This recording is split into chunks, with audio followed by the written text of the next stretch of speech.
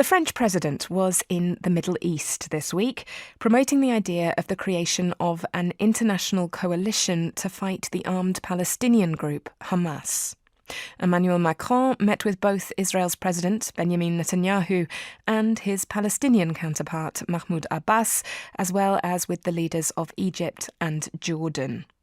To talk about this latest French intervention on the world stage, as well as problems closer to home, I spoke to the French-Algerian journalist Nabila Ramdani, author of the book Fixing France: How to Repair a Broken Republic, which came out earlier this month.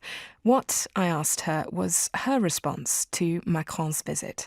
As far as Emmanuel Macron's trip to the Middle East is concerned, I'm afraid he uttered his typically ambiguous statements on a massively serious issue.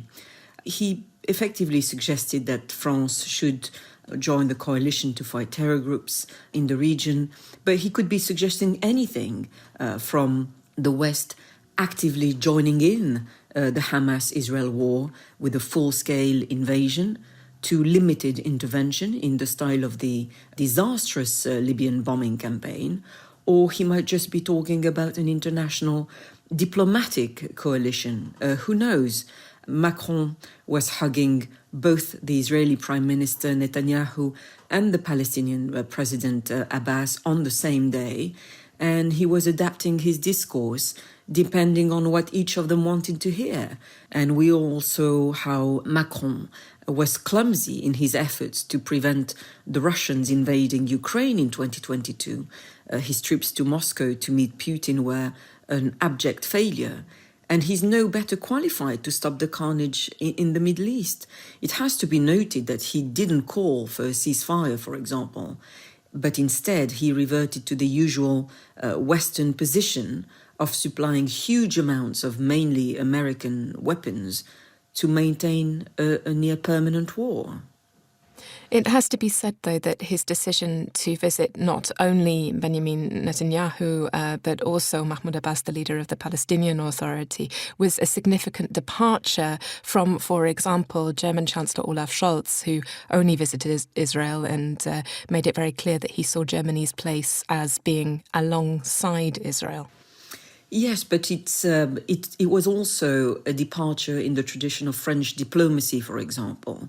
Not calling for a ceasefire was loudly criticized in France from all corners.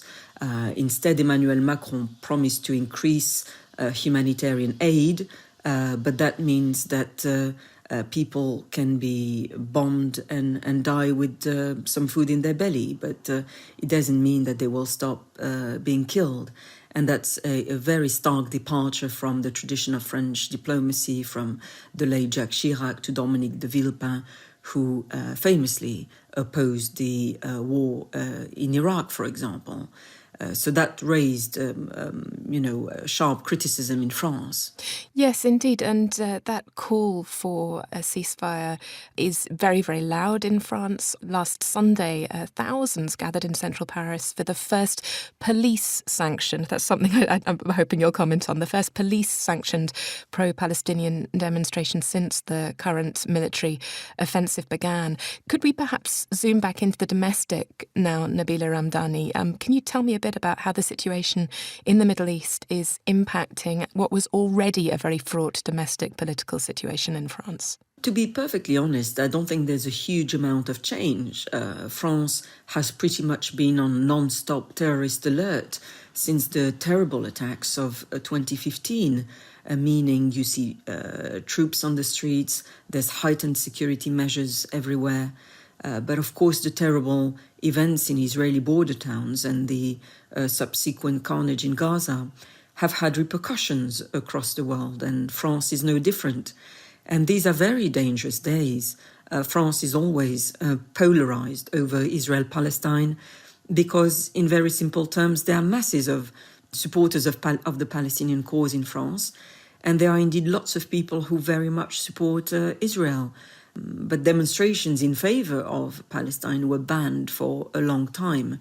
The cynical argument was that Palestine supporters are too unruly and too prompt to create disorder.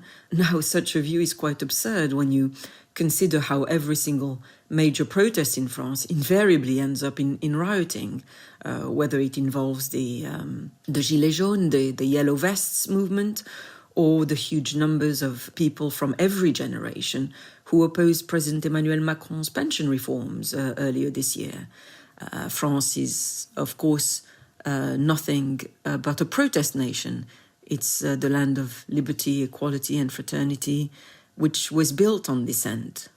Now, this puts us very squarely in the territory of your new book out this month. It's called Fixing France, How to Repair a Broken Republic.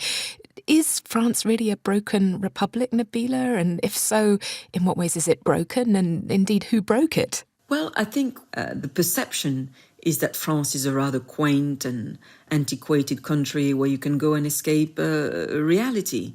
And the purpose of my book is to cut through the myths and describe a country where there is mass dissent, including in the countryside, and where political institutions aren't really fit for purpose. And perhaps the major fault line I describe is the absurd amount of power that is invested in one president, and the very real danger that this one president might soon be a full-blown extremist committed to full-blown state racism, to put it bluntly. Right, so that's the danger of the presidential office being inhabited by Marine Le Pen. This issue, this structural issue that's really at the heart of the book and at the heart of the problems that you identify is very much linked to France's colonial past and to its relationship with Algeria, Algeria being the country that your parents are originally from. Perhaps you could explain to me how it is that the Fifth Republic and the concentration of power in this figure of the president that's at the heart of it, how that relates to France's colonial past. My book examines the intricate link between the foundation of the Fifth Republic and the constitution of the Fifth Republic and the Algerian War of Independence. The Fifth Republic was founded during a period of utter turmoil, and the chaos was mainly caused by the Algerian War of Independence. There were very fierce nationalists who wanted to hang on to France's most valued colony, which was in fact considered as part of the French territory per se. Meanwhile, plenty of others wanted to let it go.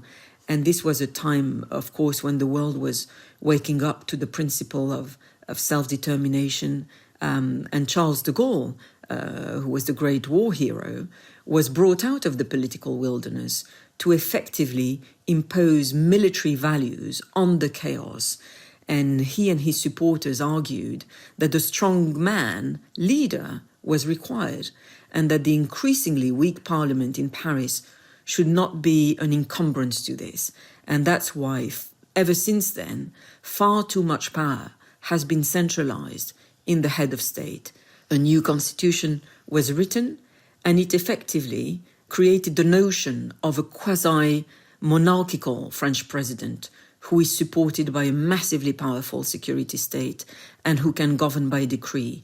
So that's why I argue in my book that at the very least, reforming the presidential system should remove the mechanism by which a highly determined individual can effectively take control of the whole system. Nabila Ramdani is author of the book Fixing France, How to Repair a Broken Republic, which is out with Hearst Publishers in the UK and Hachette in the US. I'm Kate Laycock in Germany. You're listening to Inside Europe.